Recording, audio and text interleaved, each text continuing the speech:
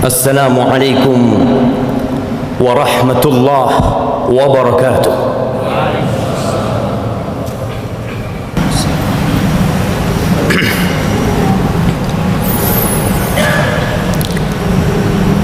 Innal hamdalillah nahmaduhu wa nasta'inuhu wa nastaghfiruh ونعوذ بالله من شرور أنفسنا وسيئات أعمالنا من يهد الله فلا مضل له ومن يضلله فلا هادي له وأشهد أن لا إله إلا الله وحده لا شريك له وأشهد أن محمدا عبده ورسوله وحبيبه وخليله صلوات ربي وسلامه وبركاته على سيدنا ومولانا محمد وعلى آله وأصحابه أجمعين أما بعد فيا عباد الله أوصيكم ونفسي بتقوى الله فقد فاز المتقون قال الله تبارك وتعالى في القرآن العظيم يا أيها الذين آمنوا اتقوا الله حق تقاته ولا تموتن إلا وأنتم مسلمون. Wahai orang-orang yang beriman, ya ayyuhalladzina amanu, berulang kali Allah Jalla Jalaluhu memanggil kita dalam kitabnya. Tapi seringkali kita tidak mendengarkan panggilan Sang Pencipta. Kita sibuk dengan dunia kita. Kita sibuk dengan pekerjaan kita. Kita sibuk membangun sesuatu yang kita akan hancurkan. Coba engkau tanyakan kepada dirimu, berapa kali Allah memanggilmu dengan ucapan ya ayyuhalladzina amanu di dalam Al-Quranul Azim? Sebagian kita nggak tahu di bagian mana dia dipanggil, di ayat keberapa dari surat apa dia dipanggil, dia juga nggak tahu. Ahibati fillah, saatnya kita berhenti sejenak untuk duduk menyimak panggilan-panggilan Allah Azza wa Jalla. Yang boleh saja ternyata kita berada di tempat yang Allah tidak suka, dan Allah sudah kasih tahu, ya ayyuhalladzina amanu taqullaha haqqa tuqatihi wa la tamutunna illa wa antum muslimun.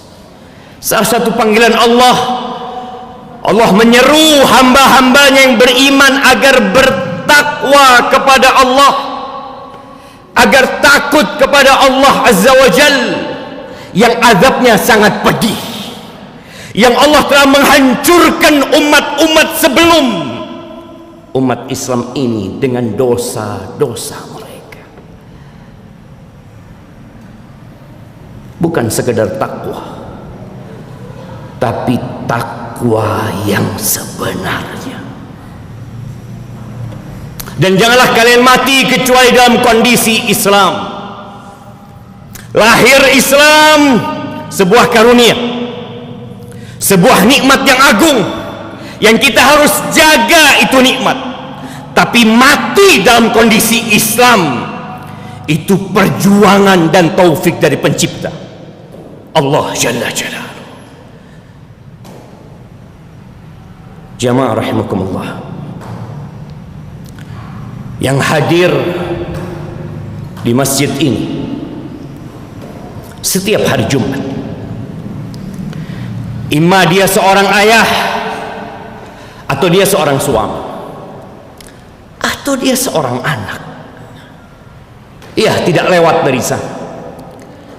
Ana akan menyampaikan sebuah hadis Nabi alaihi salatu wassalam agar menjadi bahan renungan buat kita, bahwa kita mengemban sebuah tanggung jawab yang besar tatkala engkau menjadi seorang bapak, tatkala engkau menjadi seorang suami, dan di saat engkau menjadi seorang anak.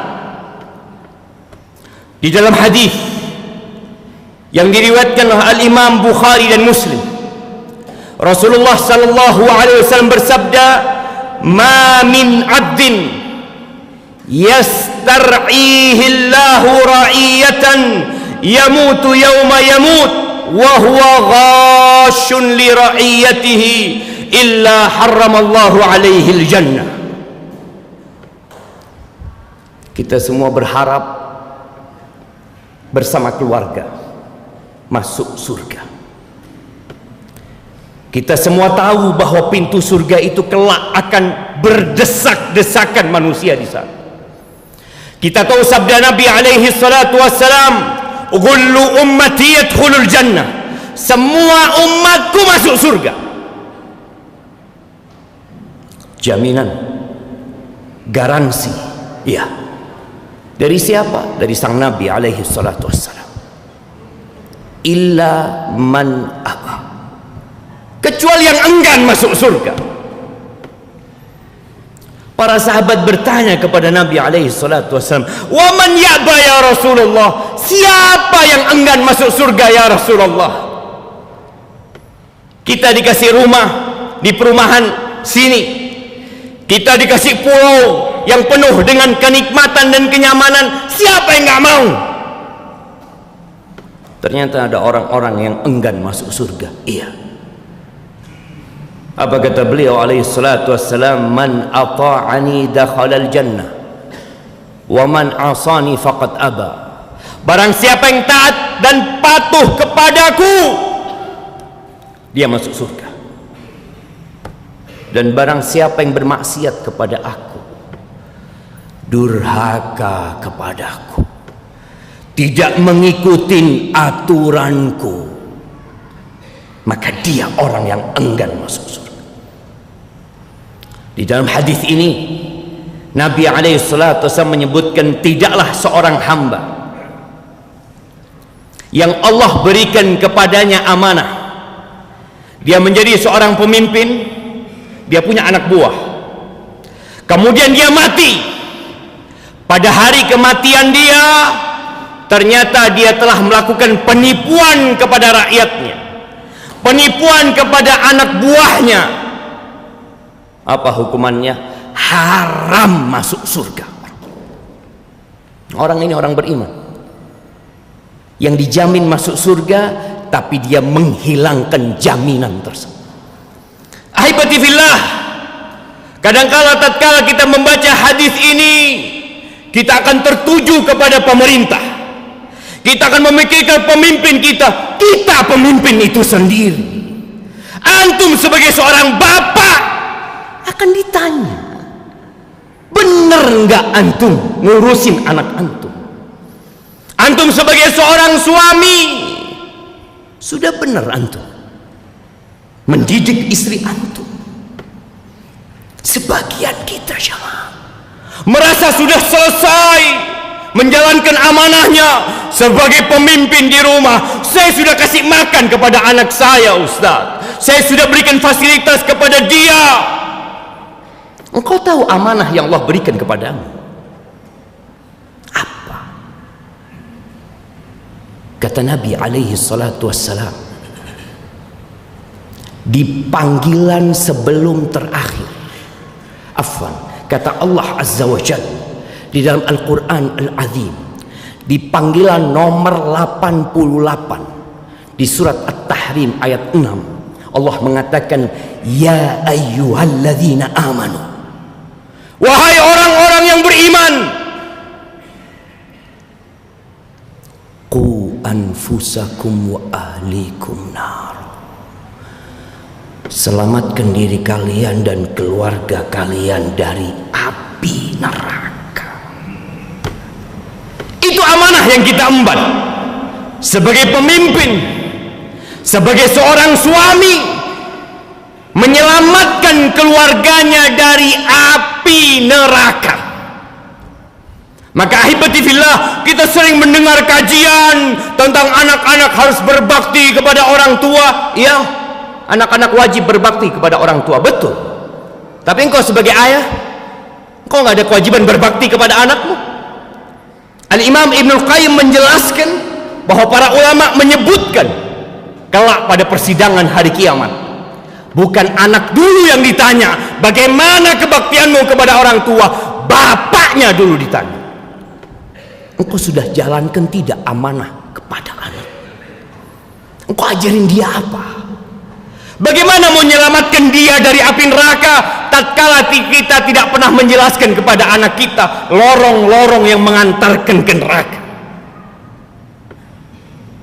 Kita hanya sibuk cari makan, dan terkadang bapak sama ibu sibuk mencari dunia, melupakan kewajiban akhirat kepada anak-anaknya. Yang jadi suami, apa engkau sudah ajarkan kebenaran kepada istrimu? Apa engkau sudah dudukkan istrimu? Engkau ajarkan kepada ni yang dicintai Allah, ni yang dimurkai Allah Azza wa Jalla. Ahibati fillah, kalau terjadi gempa, kalau terjadi kebanjiran, kalau terjadi kebakaran, kita akan berusaha menyelamatkan istri, anak, keluarga kita dari bencana tersebut. Ada bencana di depan kita yang menunggu kita bersama, neraka. Pasti. Wa in minkum illa wariduha kana ala rabbika hatman maqdiyah. Tidak ada satupun di antara kalian melainkan dia akan melewati neraka. Itu sudah keputusan Allah Azza wa Jalla. Para nabi, para wali, para ulama, mereka akan melewati neraka. Dan semua akan ditanya tentang dirinya masing-masing. Dan engkau akan ditanya, bagaimana engkau? Engkau punya amanah mengajarkan kepada anak-anakmu kebaikan, jalan-jalan menuju surga. Engkau punya amanah sebagai pemimpin memberikan nafkah kepada istri. Kita lihat sebagian suami bangga punya istri yang bekerja. Engkau yang seharusnya bekerja, engkau yang seharusnya memuliakan istrimu. Kita baca firman Allah di surat An-Nisa ayat 34, Ar-rijalu qawwamuna 'alan nisa. Lelaki-lelaki itu pemimpin atas wanita. Kenapa engkau dijadikan pemimpin? Bima faddalallahu ba'dahum bihi ba'dahum 'ala ba'din wa bima anfaqu min amwalihim. Karena engkau kasih nafkah kepada istrimu. Engkau berikan fasilitas kepada istrimu. Untuk apa? Untuk menciptakan generasi masa depan yang benar. Ahibati fillah, kita nggak lama hidup di dunia. Rumah yang kita tempati, tanah yang kita dirikan, bangunan di sana dulu milik orang lain, dan kelak akan menjadi milik orang lain. Maka saatnya antum duduk merenungkan, apakah ana sudah menjalankan amanah ini? Sebagai seorang bapak, sebagai seorang suami, engkau pikir kewajibanmu hanya memberikan sandang, pangan, papan kepada mereka? Qais ibn Amr al-Mullai mengatakan, innal mar'ata la tukhasimu zawjaha indallah tabaraka wa ta'ala. Kelak boleh jadi seorang wanita akan menggugat suaminya di hadapan Allah Azza wa Jalla. Apa kata dia? Dia mengatakan, ya Rabbi, wahai Rabbku, hadza zawji, nih suamiku ya Allah, ma'allamani wa la addabani. Dia nggak pernah ngajarin aku tentang engkau ya Allah, tidak pernah mendidikku untuk dekat kepadamu ya Allah. Innama ya'tini bi khubzis suq. Dia hanya menjadi mesin pencari uang. Dia kerja keras, dia berkeringat hanya untuk bawa roti dari pasar. Aqulu qawli hadza wa astaghfirullah li wa lakum wa lisairil mu'minin wal mu'minat tastaghfiruh innahu huwal ghafurur rahim.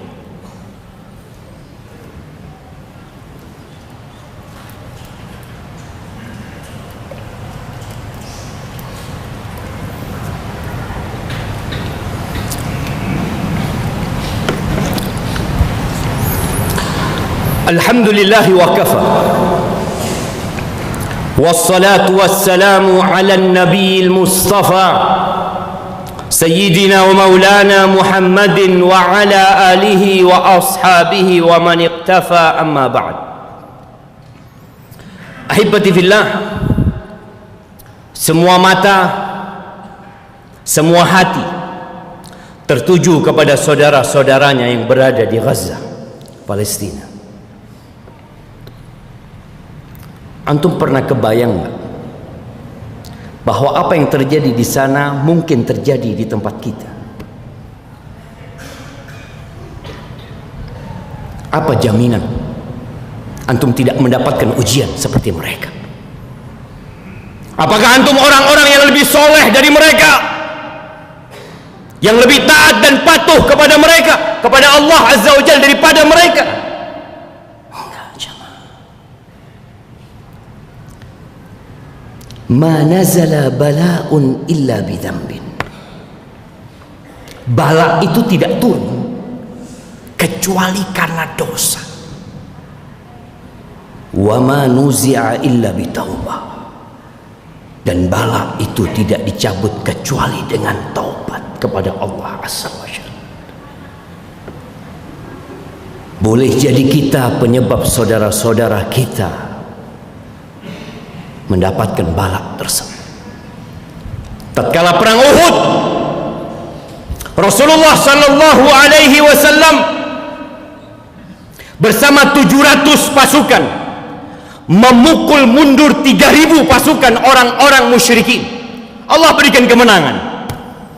Tapi ternyata ada 40 orang kira-kira yang tidak taat, yang tidak patuh kepada perintah Nabi alaihi salatu wassalam. Mereka turun dari posisi mereka di Jabal Pemanah.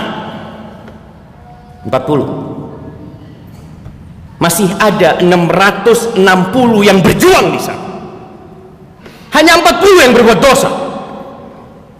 Allah berikan kekalahan kepada umat Islam. Di situ ada Nabi alaihi salatu wassalam. Di barisan kaum muslimin ada Abu Bakar, ada Umar, ada Utsman, ada Ali bin Abi Thalib. Allah berikan kekalahan kepada mereka. Tatkala para sahabat bertanya, "Anna lana hadza?" Gimana kita kok bisa kalah? Kok bisa kita mengalami kekalahan ini? Apa kata Allah Azza wa Jalla? Qul huwa min indi anfusikum. Katakan itu dari sisi kalian sendiri. Kalian sendiri masalahnya. Apa masalahnya? Minkum man yuridud dunya wa minkum man yuridul akhirah. Sebagian kalian ambisinya dunia, yang dia cari dunia, kemakmuran dunia, kelezatan dunia, kenikmatan dunia, itu yang dicari. Wa minkum man yuridul akhirah. Sebagian kalian ingin akhirat, tapi gara-gara ular yang ingin dunia ini rusak, dan Allah berikan kekalahan kepada umat Islam. Maka bertobatlah kepada Allah Azza wa Jalla. Tegakkan amar ma'ruf nahi mungkar di keluarga kita.